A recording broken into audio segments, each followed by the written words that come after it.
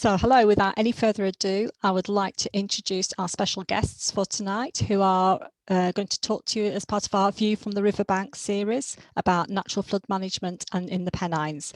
I'd like to introduce Fiona Knox, who is the scheme manager for the North Pennines AONB Landscape Partnership, and she will give you a bit of an insight into the overall Fellfoot Forward project. And then we'll hand over to Jenny Garby, who is our Natural Flood Management Manager here at Eden Rivers Trust, and she'll talk about one of the projects that Fellfoot Forward has funded out there in Croglin on the Pennines. So Fiona, can I hand over to you?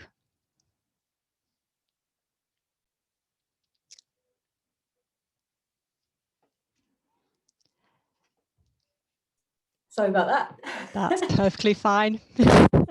Thank you for that introduction, Sam. I'm just going to share a few.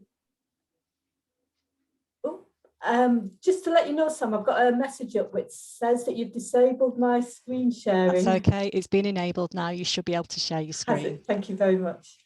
Here we go. That's it. So yes, thank you again for inviting me to come along to be part of this tonight's Tales from the Riverbank. As Sam said, my name's Fiona Knox and I work with the North Pennines Area of Outstanding Natural Beauty, and we lead on the Fellfoot Forward Landscape Partnership Scheme. The scheme itself is in a beautiful part of the Eden Valley, and here we've got a nice crisp morning with the East Fell side behind and the sheep under the walls. So beautiful landscape, some iconic monuments, Long Meg, ancient schedule monument, some wonderful woods here in the Gelt Valley, some amazing dark skies can be seen on a clear night in the scheme area, and a vibrant community. The scheme itself, there's a map here just to show you where we are. So the purple line here outlines the North Pennines AONB itself, and you can see right up in the northwest corner, this is the scheme area, the Fellfoot Forward Landscape Partnership Scheme. And if I take you in just a little bit closer, we can see here on the map that the scheme itself is in the northern part of the Eden Valley.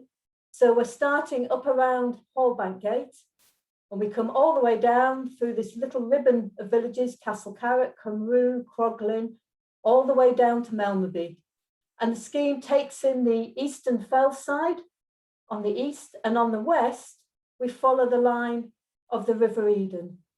We're one of the largest landscape partnership schemes at just under 300 square kilometres, and half of it is within the AONB, and the other half, the sort of fell footpath, the bottom, is outside.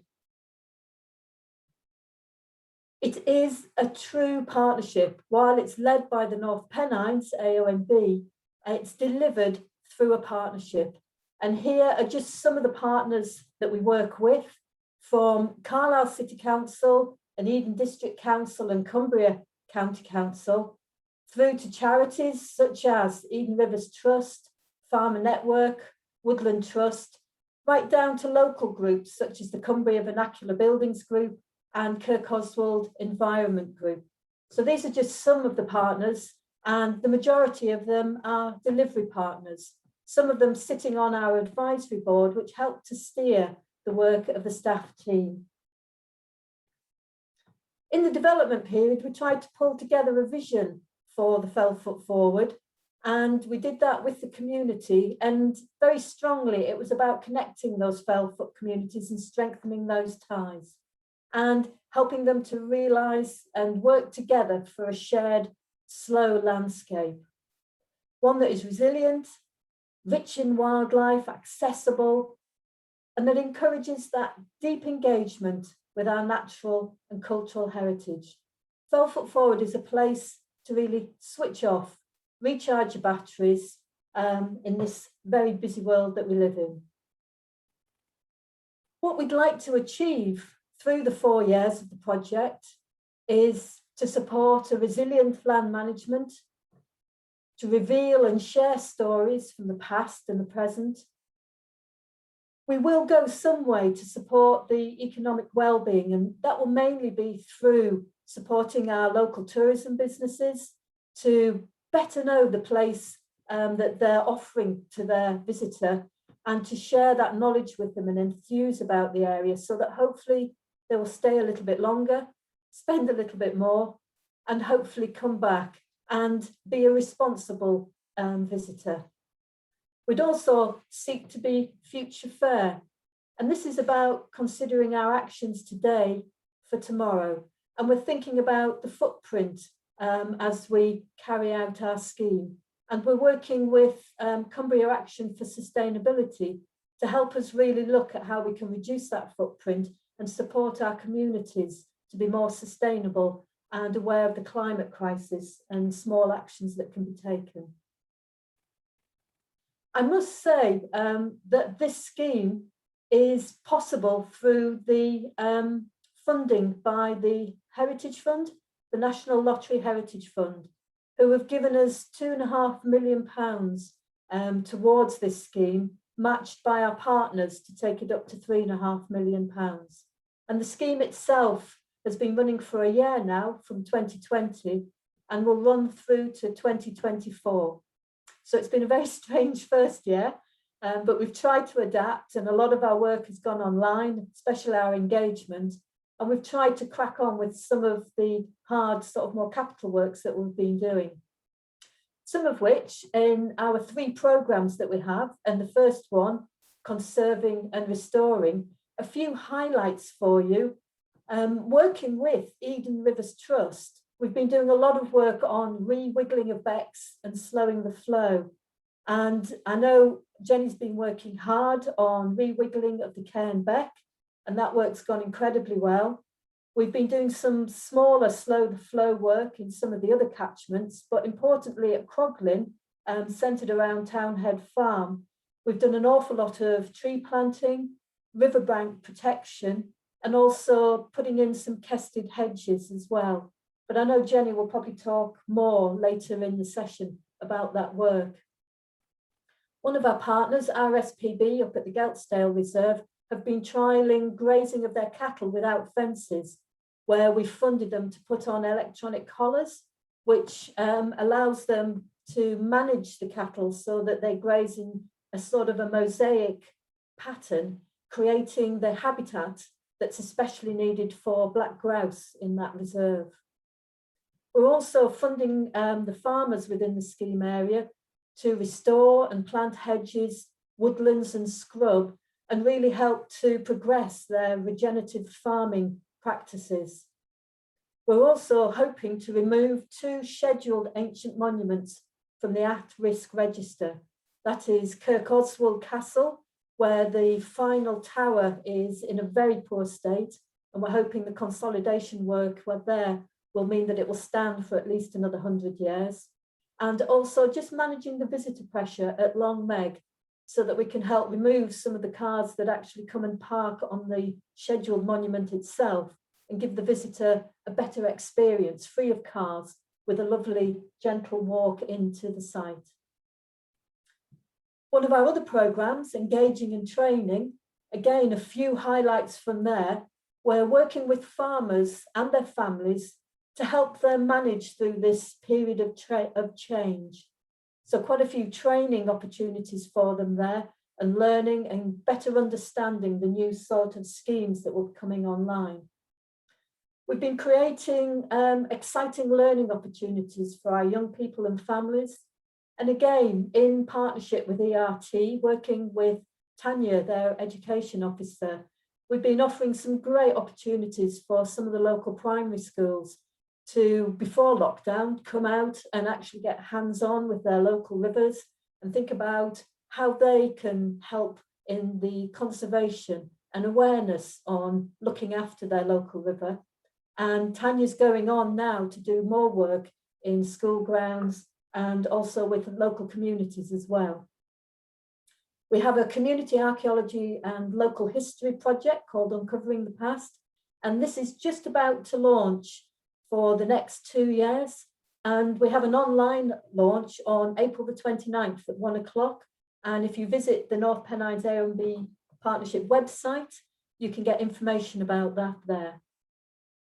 We also hope that this scheme is going to be a springboard for some young people coming and working with us as trainees for a year. And they'll get a real taste of applying their academic learning in practice, working with us and our partners across conservation projects, as well as community engagement projects. And we really hope that that will be a springboard for them into further employment or possibly further study. And our final programme, Revealing and Connecting, highlights here are about us reviving and creating new walking routes for that slow landscape. So these aren't high-level walking routes, these are smaller 4, maximum 6 mile routes that can be done hopefully by families, some of which will be hopefully accessible by all, and just shorter routes at sort of key highlight sites within the scheme area. We're pulling together a wonderfully creative arts and craft experiences with local artists, which again will run over 2 years, helping people celebrate and share what is special about this area. And we will be interpreting and sharing widely, information about the projects, what the communities are up to, and about this special part of Eden. And a community fund, which is really for those grassroots projects, which will be driven by the local communities, meeting their needs. And that fund of £100,000 can be tapped into by the community for small projects, maybe under £500, up to larger community projects, up to about £6,000.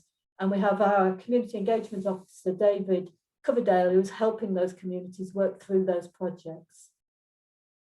So really, that's just been a very quick walk through the Fellfoot scheme area. Thank you very much for having me along this evening. I'll stay around because I'm very interested to see what else is going on. But please do get in touch and keep in touch with us. You can find us on the North Pennines website if you search for Fellfoot Forward. We also have a Facebook group as well, Fellfoot Forward Project Group. And from the website, you can sign up for our newsletter. So monthly, you'll get updates about what we're doing and what you can get involved with. So thank you very much and enjoy the rest of the evening. Thank you very much, Fiona. That was really fascinating. I really love the idea of slow landscapes where you can just sit back, sort of smell the roses or smell the flowers on the heathlands, as it were. And I think our project's fitting really well, and it's really lovely to see where a small project such as ours on the Better Becks fits into the much wider Fellfoot Forward project. But there's so much going on there. I hadn't quite realised how big and how wide the Fellfoot Forward project was. So thank you very much for sharing that with us. So now, thanks, Fiona, and we'll see Fiona again in the question and answer session at the end. So if you've got any questions for Fiona about the wider Fellfoot Forward project, please put them in the Q&A and we'll try and answer them once after Jenny's presentation. So without further ado, I'd like to hand over to Jenny Garby, who is the NFM Manager for Eden Rivers Trust.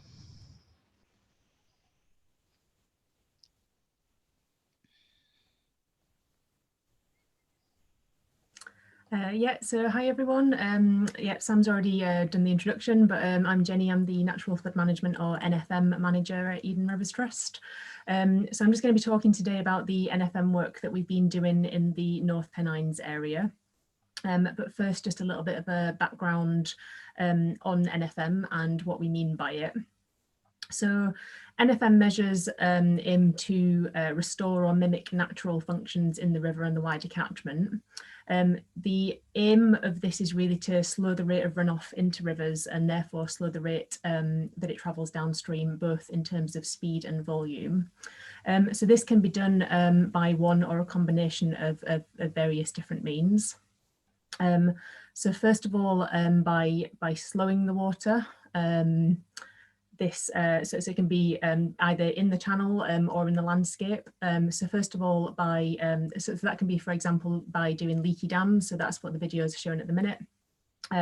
Go into a lot more detail into these later in the presentation, and also kested hedges in the landscapes, which again I'll go on to a bit more detail on later in the presentation. Second of all, by storing the water, so this is things like ponds and wetland creation, which again I'll go into a bit more detail on after this, but that's basically just any measures to kind of help hold water in the floodplain and keep it there. So there's some pictures of examples of previous ones that we've done. Thirdly, by increasing soil infiltration, so what we can see here is soil aeration, which is basically breaking up a compacted layer of soil, so that helps water infiltrate through there. And lastly, by intercepting rainfall through tree planting and hedgerow creation. So I'm going to mostly be talking about some work that we've done at a farm called Townhead in Croglin, where we've done leaky dams, riparian buffer strips, tree planting and kested hedges. But there's just a couple of other NFM features that we implement quite widely, which we haven't done at this site. So first of all, I just want to do a little bit of an introduction to those two. So the first one of these being Nfm Ponds. So the ones that you can see in this video are a couple that we've done near a village, upstream of a village called Cymru. So here, the channel, the actual river channel is basically perched on the right-hand side there. So it's actually higher than it should be. So what happens is the surface water flows are coming down the bottom of the valley into where these ponds now are. So we identified an opportunity to hold that water back, and the way that we do that is basically by creating these earth mounds that we call bunds. So you can see those in the bottom of the screen at the minute. There's an outlet pipe that you can see, that's that little black circle at the bottom. There's a little notch in the side of that about halfway down, and that basically means that water is held up until that point permanently, and that creates the biodiversity benefits from the pond. But then when there's high rainfall events, the water levels will rise up until the point that it goes down the top of that pipe. So that difference in height, that's the NFM benefit that we get.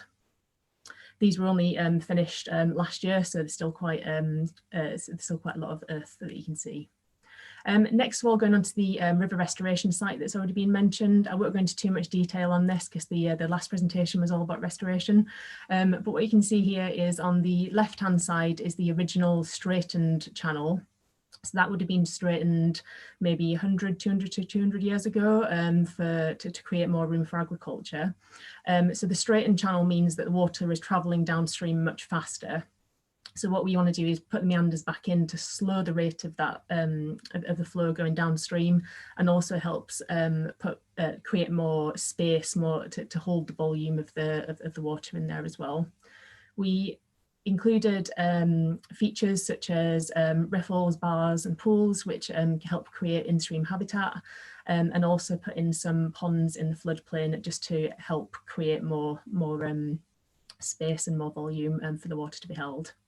Another thing to note on this is we kept the original straightened channel open. We didn't infill it, and that acts as a channel overflow for when there's high rainfall events. So moving on to the work that we've done at Townhead in Croglin.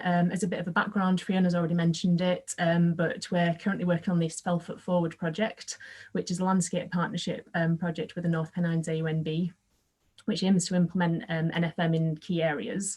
And Croglin is one of these key areas because it's classified as a community at risk of flooding.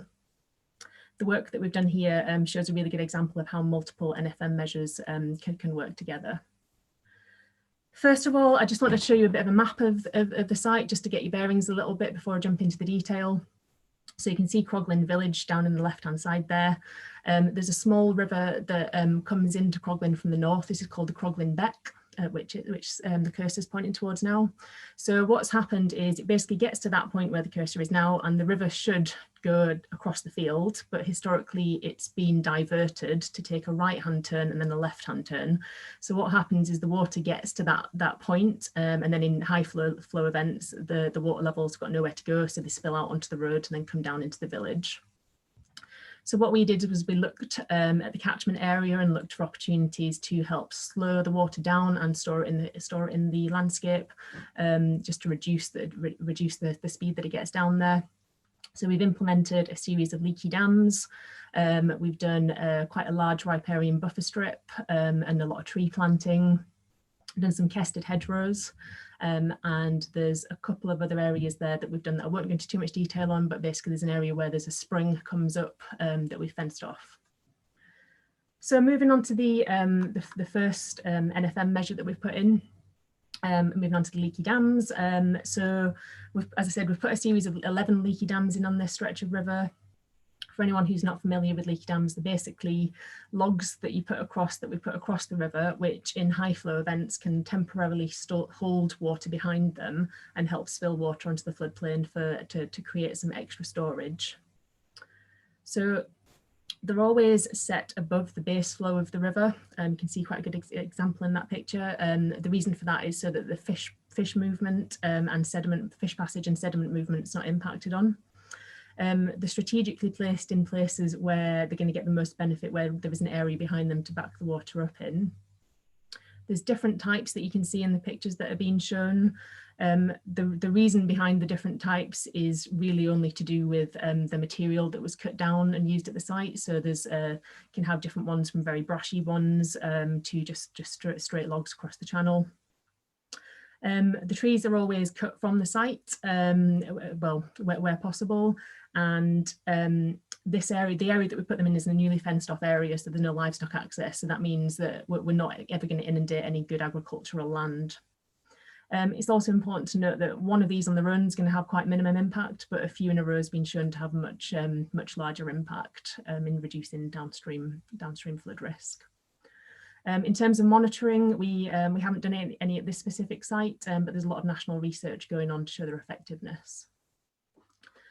So now moving on to the larger planting site. So the farmer was quite keen to fence this area off because it wasn't great agricultural land, and it'd make the land much easier for him to manage if the livestock didn't get into that area.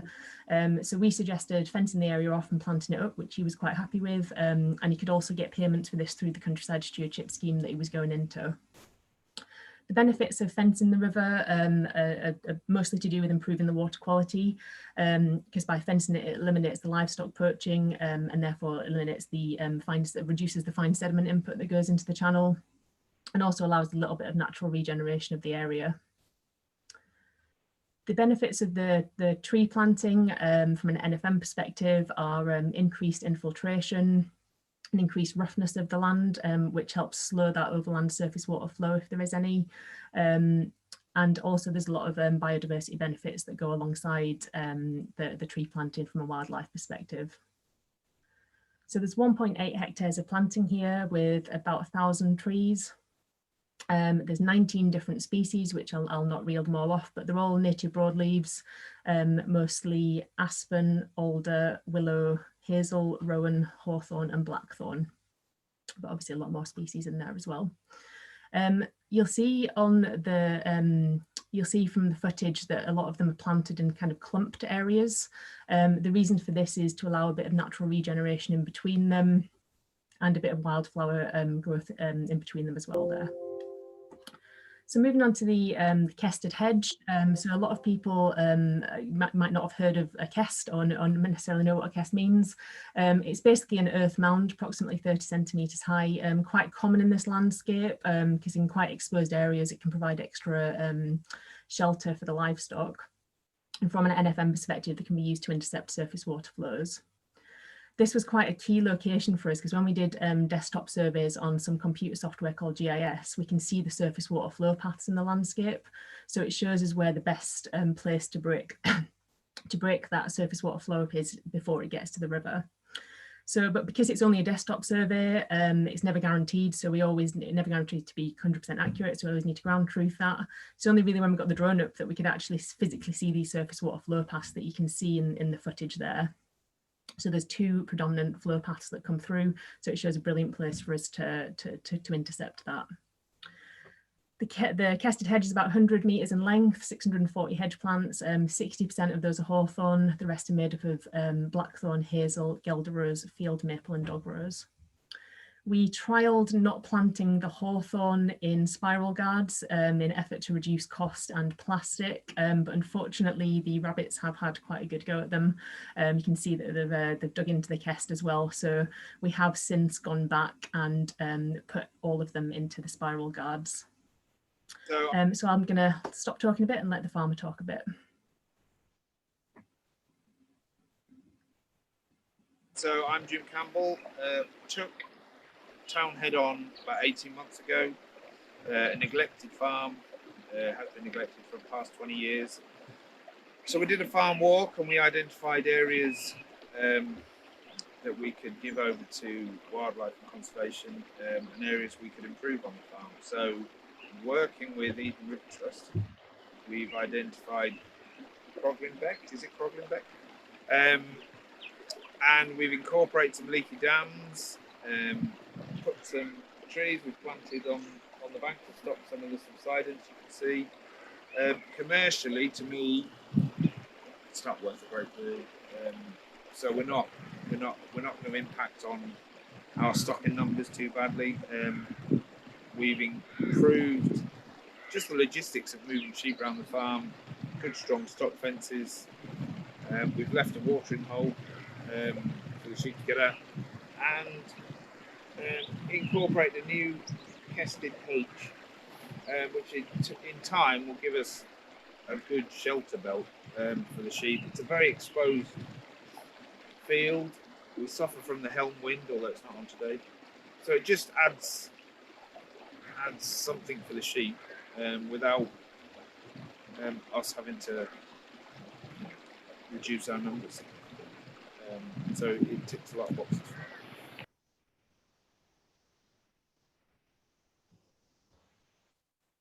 So that kind of concludes the work that we've been doing at Townhead Farm. As I said that earlier, there's two extra areas that we've not covered. There's one bit where there was a spring that rises up that we've fenced off and created quite a nice little wetland area. And there's also a riparian buffer strip down on the Croglin Water, which is the larger river to the south of the farm. The total cost of the project were 28,000, of which 19,000 was Fellfoot Forward funds, and the remaining 9,000 was from the Fisheries Improvement Fund through the Environment Agency and also a landowner contribution.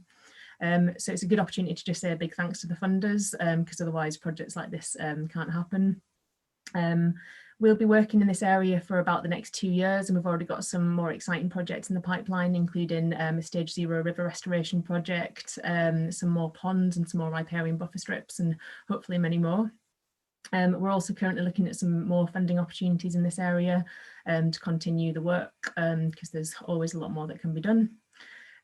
So yeah, that concludes the presentation. I'll just leave you with some lovely views of the Fellside area.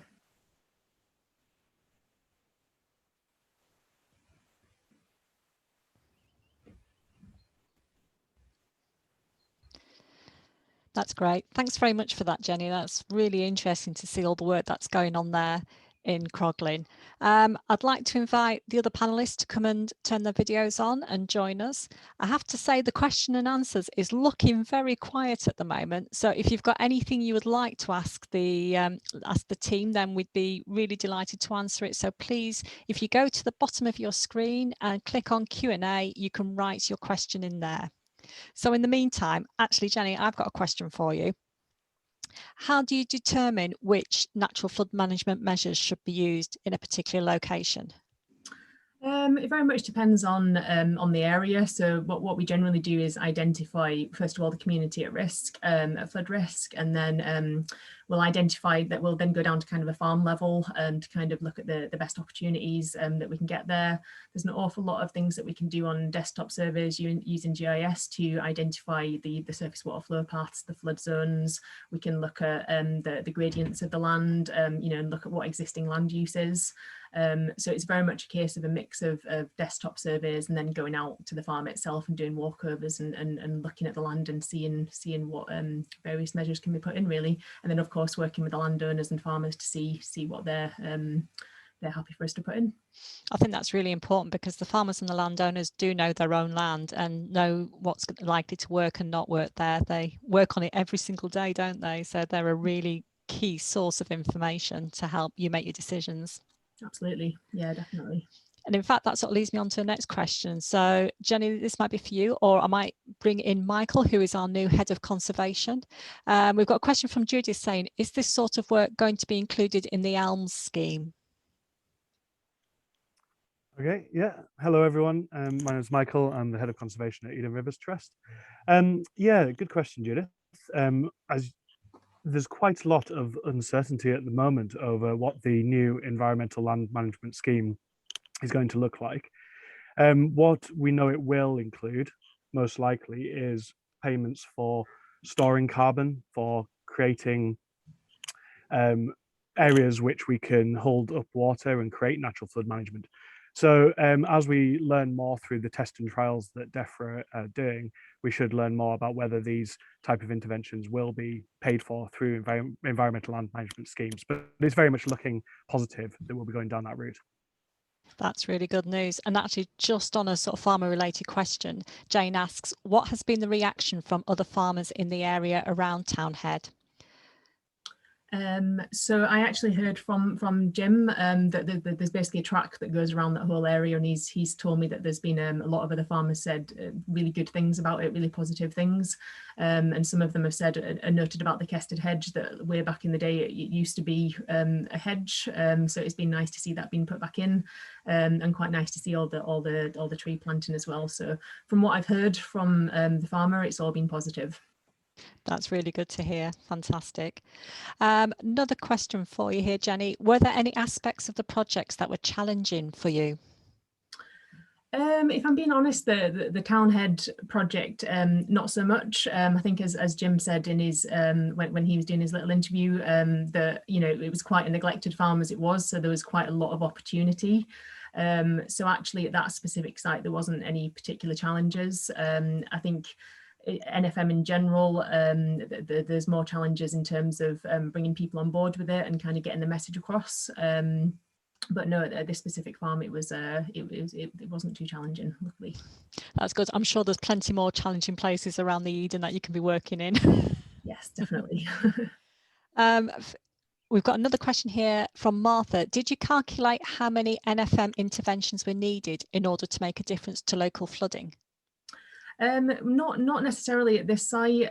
So what we can do is, you can go a bit further and do design work to kind of show how much volume of water is going to be held. It's actually very difficult to do when you're doing natural features, like for example tree planting and hedges, because obviously throughout the tree and hedge life stage, it's going to have different interventions throughout that. We can certainly calculate volumes of water held behind leaky dams and in ponds and in river restoration, but quite often it takes a lot more design work to do that, which we don't always necessarily have the budget for. So.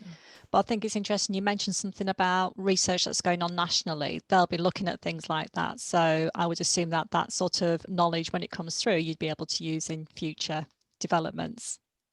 Yeah, absolutely. There's a huge amount of research going on nationally, and even locally. Even Lancaster Uni are doing quite a lot of research into NFM interventions to show how much storage is required at various places. Mm-hmm, absolutely. And we've been doing work with Lancaster University looking at how water flows over farmed landscapes, which is also really useful for this type of work with hedges and with stone walls as well. Mm-hmm. So no, that's great. Thank you for that. A question here from Dave saying, have you looked at match funding with United Utilities? Buffer streets will reduce nutrient inputs to the River Eden, which is abstracted for drinking water and identified as a safeguard zone as it is a risk. Michael, do you want to take that one?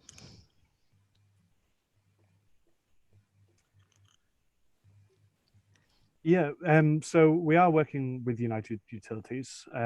However, we are not currently funded by them. We're working on several other projects in partnership with United Utilities, and they do have a funding pot available that we can apply for. At the moment, we're not working with them on this project. That's fair enough. Thank you for that, Michael. Question here from Tim. Are there any downsides to farming landscapes if you put in NFM measures? Who would like to take that one? Yeah, I can take that one. Yeah, I mean, I think it very much depends, because you know, in this situation we fenced off a huge area, but luckily the farmer was able to put that into a countryside stewardship scheme, so he was able to get payments for that area. But you know, obviously the more tree planting we do, the less agricultural land they're going to have, so that's always a bit of a balance, and we always aim to get people into schemes where possible. There's obviously bigger measures like restoration sites and larger wetlands that are going to take up more land. So I guess in terms of farming, then that's probably going to be that could be seen as being a downside. But as I say, with stewardship schemes and hopefully with the new elm schemes, this is going to be, you know, not necessarily much of a problem, hopefully. Fair enough. Thank you for that. Jane, I've got a question here for Fiona. I was interested to hear of the new walking routes and also the history work on Fellfoot. Will those all be available on the website? Yes, Jane, the Uncovering the Past, the history project that we're launching at the end of April, there is already on our website a page there about Uncovering the Past, and that's a way to find out a little bit more and to keep engaged with us as the different projects, whether it's village atlas work or oral history or some geophys work actually on the ground at some sites, starts to roll out. So please do check the website now and keep in touch, and we'll keep that up to date and you can engage with us. In terms of the walking routes, that's probably not going to take off until later on in the year. We were due to start working with Cumbria County Council earlier, but because of the lockdown and the restrictions through COVID, that a lot of that work's being put on hold. But we're planning, I think it's around about 4 sort of village-centred walks and about 3 short, more access for all walks based again out of Castle Carrot, Talking Tarn, and also at Long Meg, so that there's a sort of a highlight destination for when you're there. But all I can do is encourage you to go on the website to sign up for our newsletters, which you can do from there, and keep in touch with us, and feel free to email or phone us as you'd like. Okay, Jane. That sounds great. I mean, we love a good walk here in the Eden, don't we? And I'm really excited about these walks, as I think they'll complement our own Discover Eden walks that we have within Eden Rivers Trust as well. Any opportunity that we can get people out enjoying this countryside for sort of their health and well-being has got to be a really good thing. So that's really exciting stuff. Okay, so next question from another one from Judith here. At Croglin, it looks like the stream has been diverted through the village in the past, maybe to feed a village pond. Did you look to redirect it back into its original course to reduce flooding? Jenny, can you answer that one? I can try. So I wasn't, I've not been aware that it's been diverted through the village itself. The only bits that we could see were the bits that we pointed out in the map, where it had basically been diverted to do a left-hand turn and then a right-hand turn. So yeah, I mean, it'd be really interesting if you had any more information on that. If you had any old maps and things to show that, that'd be really interesting to have a look at. Off the top of my head, I think that it's probably more of the village is obviously quite built up now, so you know, it'd be a case of quite big infrastructure projects to take things down to put it back into its proper original course. So that's a lot more why we're looking at the wider landscape now to help slow it down. But yes, if you got any information on that, I'd be really interested to look at it. That's great. And Judith, you can get hold of us at office@edenrt.org if you'd like to pass on any information. That would be great, and we'll make sure Jenny gets it. And I've got a question from James here about what measures are in place to monitor the effectiveness of these NFM measures, and is there a plan in place for ongoing repairs and maintenance? Yep, so at this specific site, we don't have any monitoring in place. A lot of it comes down to budget and resource to kind of, you know, it's quite a big process to do that. We have got monitoring in place on some leaky dams in the next village and on a river restoration site, which we've got some university students looking at to analyse that data. In terms of ongoing repairs and maintenance, obviously a lot of it is natural features, things like the hedges and the trees. So we've got in place landowner agreements to ask them to take the tree guards off and things in 5 years time, or whenever they need taking off. In terms of any fencing that we do, we have 10-year landowner agreements, and it's on the landowner to do any maintenance on those. In terms of the leaky dams, it's a bit more of a tricky one. We put in the landowner agreements with them to keep an eye on them every sort of 6 months or so.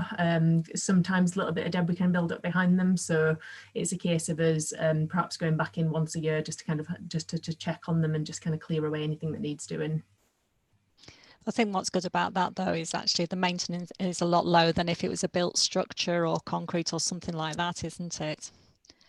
Absolutely, yeah. And I assume a little bit cheaper? Yes, I think so, yeah. Mostly it's a case of just going and having a look and, you know, perhaps getting in with a spade and doing a little bit of digging out. So yeah, not too big. Excellent. And I've got one more question for Fiona. What's coming up with Fellfoot Forward this year? What's the big projects that you're looking forward to seeing happen? Okay, so this year, in terms of our monuments, we've just started work at Kirkoswald Castle and the scaffolding has gone up. We've had to just draw breath there while the architect and the structural engineer work out exactly what to do with the upper courses, because they were in much poorer condition than originally thought. But I think we're about to continue work beginning next week or the week after. And as part of that, I will be programming in some opportunities for volunteers to come along and have a go at some lime mortaring and other sort of work on heritage buildings, and for the local residents to come up and have a look at the tower and understand better the work that's happening there. So that's one big project that we're hoping to get finished this year in terms of its consolidation. And then we'll work with the landowner to try and improve the public access to that site, because at the moment there's no formal public access. So we'd like to include access there on sort of high days and holidays, and by arrangement with the landowner so people can get in. Alongside Kirkoswald, we're also hoping, if things go ahead, to start work on Long Meg as well, in terms of repairing the scars on the scheduled monument itself, as people have been parking there. And our plan is to create, just 500 metres before you get to the site, a sheltered car park behind a hedge where people can park and then walk the last bit in. So that's another big project that's happening this year. Our environment grant launched this year, and the middle end of last year, and we already have some funding gone out to farmers, and we have some trees in the ground and hedges in the ground over this winter period. So that's a project which will continue this year, trying to, as we say, create and support new habitat creation and restoration across the farms in the scheme area. Other big projects is having our 2 trainees coming along. That's really exciting to bring on board these young people and to see their experience develop and help them on their next sort of career steps. What else is happening this year? Lots of schools work is going on, and excitedly we've been building up relationships with youth groups around the scheme area. And we had our first youth visit from Carlisle on the train out to Brampton, and then they walked in with us to Talking Town and had a great day there doing sort of different conservation and outdoor ed activities. They're actually working towards their John Muir Award, and this is a bit of a pilot with the Cumbria Youth Zone, but we're hoping in future years other youth groups will pick that up and go on with it. The community grant, we've just awarded our first community grant to Ainstable Parish Council, so they're going to use their money to restore some of the old black and white cast iron signposts that are in the area, which are really iconic and characteristic of the Cumbria rural landscape, and it provides a real sort of focus for the local community. It sort of celebrates their area, and it's really iconic for visitors coming in as well, sort of they can identify, oh yeah, I know where I am now. So that's nice to see that happening, the first community grant going out. Oh, lots of things that I can't remember off the top of my head right now, but I think the best thing is, yeah, go onto the website. We're trying to add things into the website all the time as new projects come online. And yeah, just keep in touch. Brilliant. That sounds, there's a huge amount going on there, Fiona. Gosh, There is. there really is. I don't know how you find the time to do it all. And sort of my very final question before we wrap up tonight is to Jenny. Sort of on the NFM front, what you're really looking forward to doing over this year and a half coming up? Any really new exciting projects? Yes, we've got a project site just around the corner from Croglin, actually, where we're doing a bit of a mixture of a restoration site with a buffer strip, and also going to be putting some areas in there for wading bird habitat. So it's going to be quite a big exciting project with a lot of different multiple benefits. So stay tuned for information on that one. Excellent. That sounds really great. So with that, I'd like to say thank you very much to our special guest, Fiona Knox, and to Jenny for telling us about the Fellfoot Forward work that we've been doing in the Eden catchment. I'd also like to thank Michael and Julie for being there on the panel, answering questions where needed. And I'd just like to say a big thank you to all of you for coming along on such a beautiful evening to hear a little bit more about NFM. If you've enjoyed tonight, please do donate to our 25th anniversary appeal. I can't believe we're 25 years old, but it is this year. And we'd really appreciate it if you can support the Trust in any way that you can. We'll have our third and final View from the Riverbank talk on the 20th of May in time for the Invasives Week. And we're going to be talking about that favourite invasive species, Himalayan balsam, talking about ways that you can eradicate it, some of the works that our volunteers are do, and a little bit of a step-by-step on how to get rid of it yourself when you're out and about on a walk. So if you'd like to sign up for that, please do visit the Eden Rivers Trust website at edenriverstrust.org.uk and go to things to do to register. So thank you very much and good night.